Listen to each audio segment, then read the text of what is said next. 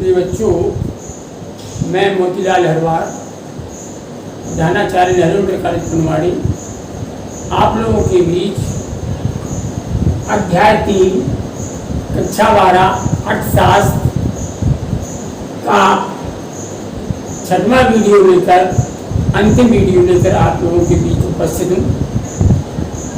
अभी आपने 5 वीडियो तक उत्पादन और उस उत्पादन के बारे में समझा, ग्राफ के माध्यम से भी मैंने आपको समझाया। अब आपका कुल लागत, औसत लागत तथा सीमांत लागत के बारे में इनकी सरल परिभाषाएं आपको बता रहा हूं कि कुल लागत क्या कहलाती है, औसत लागत क्या कहलाती है और सीमांत लागत क्या कहलाती है। अभी पिछला शुरुआती वीडियो मैंने आपको कुल उत्पाद, औसत उत्पाद और सीमांत उत्पाद आदि बताया। तो कुल लागत से तात्पर्य क्या है हमारा, कुल लागत किसे कहते हैं? तो जैसे थोड़ी देर के लिए आप समझें, जब आप किसी चीज का निर्माण करते हैं, जैसे थोड़ी देर के लिए मान लीजिए कृषक है, जब वो खेती करता है तो उत्पादन करना है उसे, तो उत्पादन करने के लिए जैसे उसे फसल की बुवाई करना है, गेहूं आदि की बुवाई करना है, चना मटर आदि कुछ भी है, उसका उत्पादन करना है, तो उसके लिए पहले उसे लागत लगानी होगी, यानी उसे जुताई, उड़ाई आदि सब कुछ करना पड़ेगा।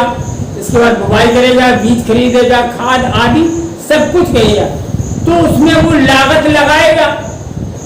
लागत का मतलब उसमें जो लागत लगाए खर्च होगा। तो ये इसी चीज के लिए मैं आपको बता रहा हूं, कुल लागत का तात्पर्य है कि वस्तु का उत्पादन करने के लिए किए गए कुल व्ययों से किसी वस्तु का उत्पादन करना है तो उसमें कुल व्यय, कुल खर्च कितना आता है।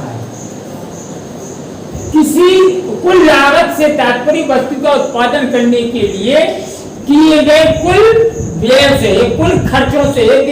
उसके निर्माण में किसी फर्म है, कोई फैक्ट्री है, साबुन फैक्ट्री है, तो साबुन फैक्ट्री के निर्माण है, बनाया, बनने के बाद तैयार, उससे फिर जो साबुन आदि मानी तैयार हो रहा, तो साबुन के उत्पादन करने में उसे कितना खर्च आ रहा है, कितनी लागत लगी, क्योंकि मटेरियल लगा होगा उसे, और मटेरियल आएगा, उसके जो कर्मचारी भी लगे होंगे, उसके श्रमिक भी लगे होंगे, तो सभी उसको लाइट आदि का बिल सब जोड़ करके कुल व्यय कितना खर्च आ रहा, उसे हम कुल लागत कहते हैं। संक्षेप में हम कह सकते हैं कि उत्पादन की सभी इकाइयों के लिए किए गए सभी खर्चों का जोड़, जितने टोटल खर्च आया उस संपूर्ण जोड़ को कुल लागत कहते हैं। तो ये आपकी किसी भी चीज के निर्माण के लिए उसमें कुल कितना खर्च आ रहा, कुल कितना व्यय हो रहा,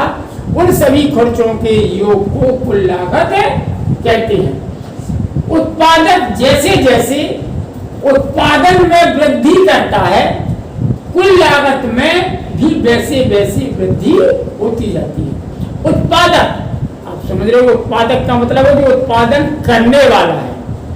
उत्पादक जैसे जैसे ही उत्पादन में वृद्धि करता है कि वजह हमारा अधिक से अधिक उत्पादन हो, अधिक से अधिक उत्पादन हम तैयार हो, अधिक से अधिक उत्पादन बढ़े, तो जैसे जैसे उत्पादन में वृद्धि करता है वैसे वैसे ही कुल लागत में भी वृद्धि होती जाती।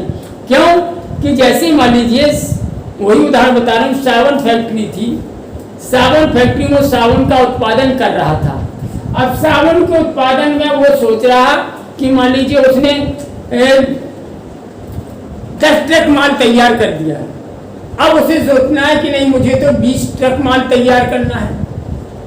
तो जब 20 ट्रक के लिए तैयार करेगा तो उसे क्या करेगा, उत्पादन के लिए सोच रहा है, तो उसे कुल लागत भी बढ़ानी पड़ेगी, कुल लागत और लगानी पड़ेगी।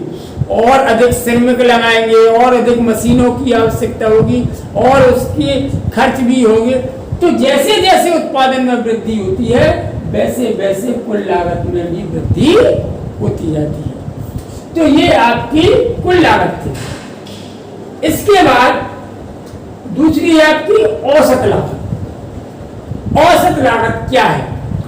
यदि कुल लागत में जितनी लागत लगी है उत्पादन की कुल इकाइयों से, उत्पादन की कितनी इकाइयां हैं, उत्पादन की कुल इकाइयों से भाग दे दिया जाए तो औसत लागत ज्ञात है हो जाती है। यदि कुल लागत जितनी हमने लागत लगाई, कुल लागत में कितना उत्पादन हुआ, उस उत्पादन की इकाइयों का भाग दे दिया जाए तो औसत लागत ज्ञात है हो जाती है।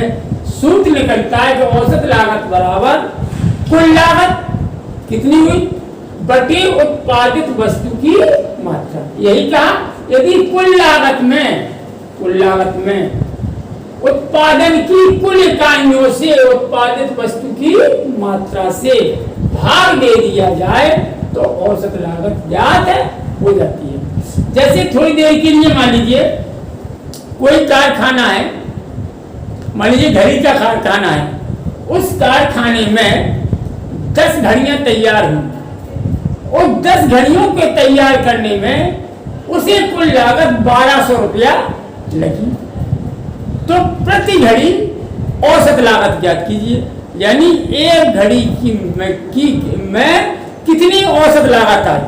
तो देखिए मैंने बताया आपको कि 10 घड़ियों की कारखाना, कोई कारखाना था, 10 घड़ियां तैयार निर्माण हुआ, 10 घड़ियां तैयार हुई, तो 10 घड़ियों के बनाने में उसे 1200 रुपया लागत आई। तो प्रति घड़ी की औसत लागत बताइए। तो देखिए 1200 रुपया लागत आई, 1200 और घड़ियां कुल लागत हो गई। उत्पादित वस्तु की मात्रा कितनी घड़ी बनाए 10, तो जो जाएगा यानी ये आपका औसत लागत बराबर 0 कर दिया बराबर 120 रुपये, यानी प्रति घड़ी औसत लागत प्रति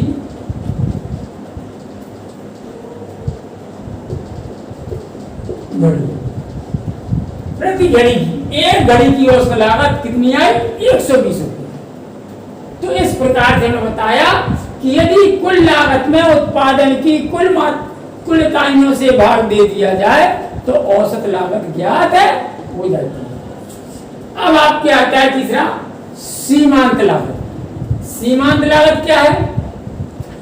एक अतिरिक्त इकाई का उत्पादन करने के लिए एक अतिरिक्त इकाई अलग एक और इकाई अतिरिक्त एक अतिरिक्त इकाई का उत्पादन करने के अतिरिक्त लागत को सीमांत लागत कहते हैं। एक अतिरिक्त इकाई की लागत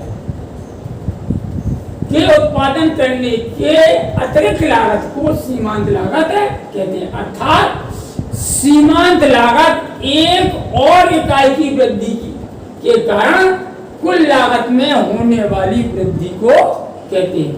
यानी पहले हमारी कुछ इकाइयां काम कर रही थी, मान लीजिए पहले 10 इकाइयां काम कर रही थी और 10 इकाइयों में हमारी जो है कुल लागत मान लीजिए दिया है, जैसे 10 वस्तुओं की उत्पादन लागत 10 रुपया है, 10 वस्तुओं को तैयार करने में लागत कितनी है? उत्पादन लागत 10 रुपया। यही है अब एक अतिरिक्त इकाई का उत्पादन, अब 10 के बजाय 11 वस्तुएं हो गई, अतिरिक्त हो गई।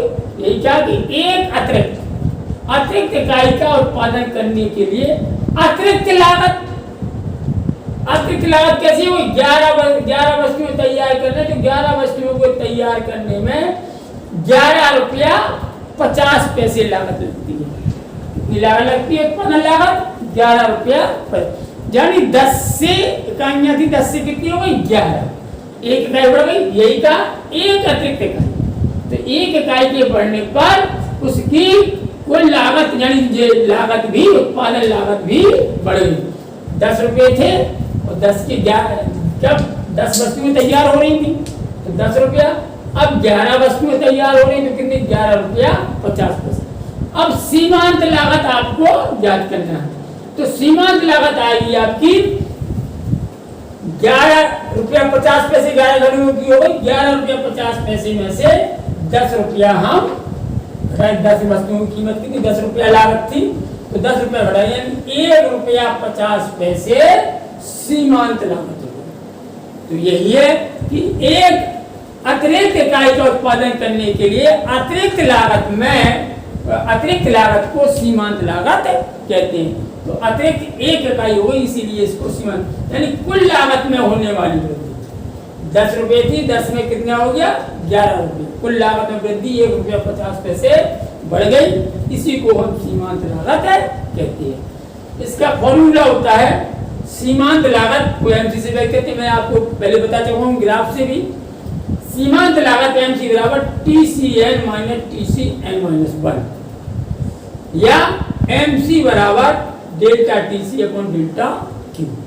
कौन क्या है एमसी? आपकी सीमांत लागत थी, ये तो पता ही है। TCN है आपकी n मात्रा की कुल लागत, n मात्रा की कुल लागत। इसमें देख रहे यही है कि 10 से कितनी हो गई थी 11 वस्तुएं, कितने 11 रुपया 50 पैसे, तो जी आपका TCN है, ये TCN। तो यही TCN n मात्रा की कुल लागत, यानी 11 वस्तुओं को तैयार करने में 11 रुपया 50 पैसे लागत आई। TCN माइनस यानी एक कम, पहले कितनी थी 10, फिर कितनी हुई 11, तो ये 11 की लागत और फिर ये 10 की लागत, एक कम की कीमत कितनी थी 10 रुपया।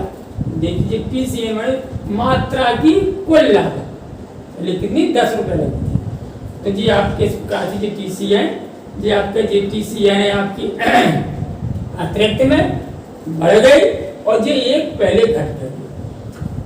यार ये बता, ये भी सूत्र इससे भी क्या कहते हैं delta TC upon delta Q। Delta कहलाता है परिवर्तन, क्या परिवर्तन होगा, तो डेल्टा TC आपकी जो औसत लागत थी, यानी डेल्टा TC कुल लागत में परिवर्तन, कुल लागत में परिवर्तन कितना हो रहा, और डेल्टा Q मात्रा में परिवर्तन बटे मात्रा में परिवर्तन। जैसे ये डेल्टा TC था तो कुल लागत में परिवर्तन आ गया कि जितना बढ़ा हुआ उसमें से हमने पूर्व वाला घटा दिया, तो आपका कितना 1 रुपया 50 पैसे आ गए, परिवर्तन होगी 1 रुपया 50 पैसे का हुआ। अब बढ़ कितनी गई 11 इकाई, 11 वस्तुएं थी, 11 में से 10 गई, कितनी एक ही बढ़ा, तो बटे 1 का भाग दे देंगे तो यही आपका 1 रुपया 50 पैसे आ जाएगा। तो इसको जो है हम इस प्रकार से सीमांत लागत को ज्ञात कर सकते हैं।